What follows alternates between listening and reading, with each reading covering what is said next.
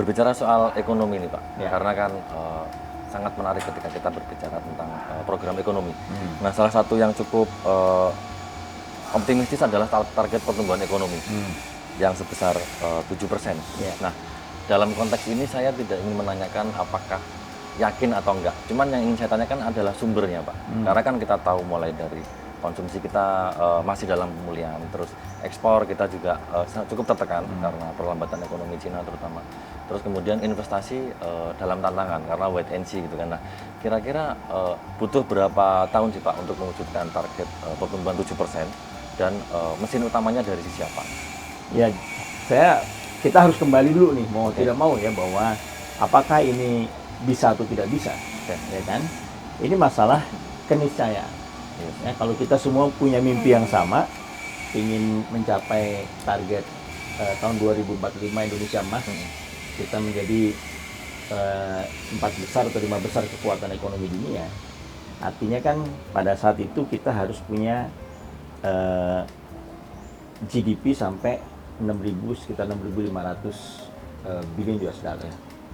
Sehingga income per kapita kita pada saat itu 15.000. Ya. Nah, peluang kita kan seperti dikatakan semua orang hanya sampai 2038. Di mana saat itu kita keluar dari angka 12.000 sampai 13.000 US dollar per kapita per tahun. Nah, kalau kita ngelihat perhitungan matematikanya itu mau nggak mau kan harus tumbuh 7%. Ya, Ya untuk kan? mencari Dari itu. kondisi saat ini sekitar 1.300 US dollar per kapita per tahun. Nah, jadi 7% adalah keniscayaan. Karena kalau kita punya mimpi yang sama itu harus kita capai. Nah, pertanyaannya kan bagaimana gitu ya, dengan segala macam yang terjadi pada hari ini. Nah, kita harus melihat bahwa kondisi ini kondisi yang cukup kritikal buat Indonesia. Karena tidak bisa tidak kita harus melakukannya. Dan peluang kita 13 tahun sangat ditentukan pada 5 tahun yang akan datang ini.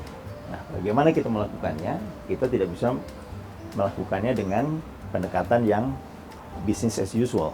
Kenapa? Karena sejak tahun 1993 kita ini sudah ada di kelompok negara berpenghasilan menengah. Sudah 30 tahun kan berada di sini dan kita belum bisa juga keluar. Dan PR kita masih panjang. Sekarang kan baru 4.700 ya kan US dollar per kapita per tahun.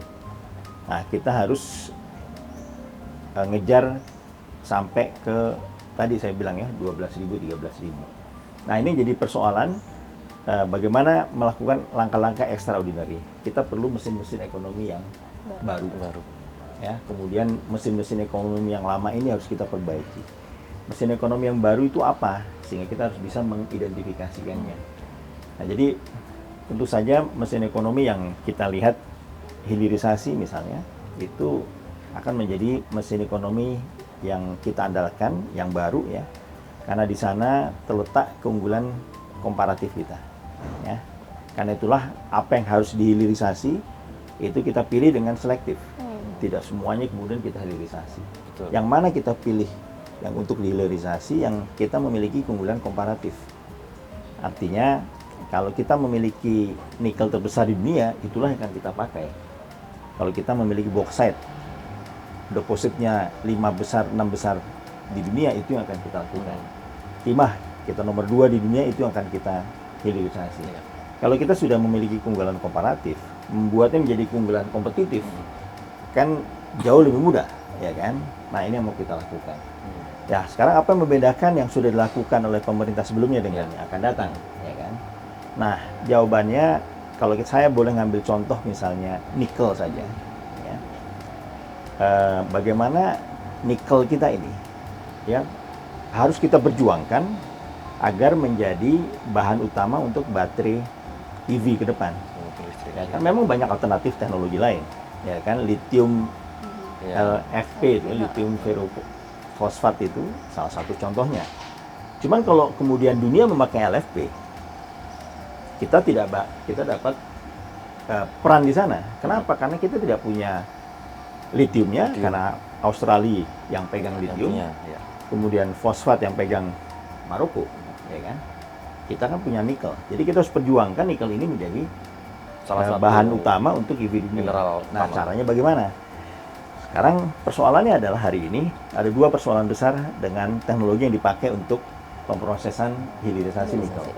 Jadi kalau kita bicara hilirisasi, itu kan perjalanan panjang dari ekstraksi nikel ya menjadi MHP itu, mixed hydroxide product, kemudian menjadi prekursor, kemudian menjadi katoda, kemudian menjadi sel baterai sampai ke battery pack gitu. Panjang lah ceritanya kan, sampai menjadi sampai EV, kemudian charging station dan seterusnya.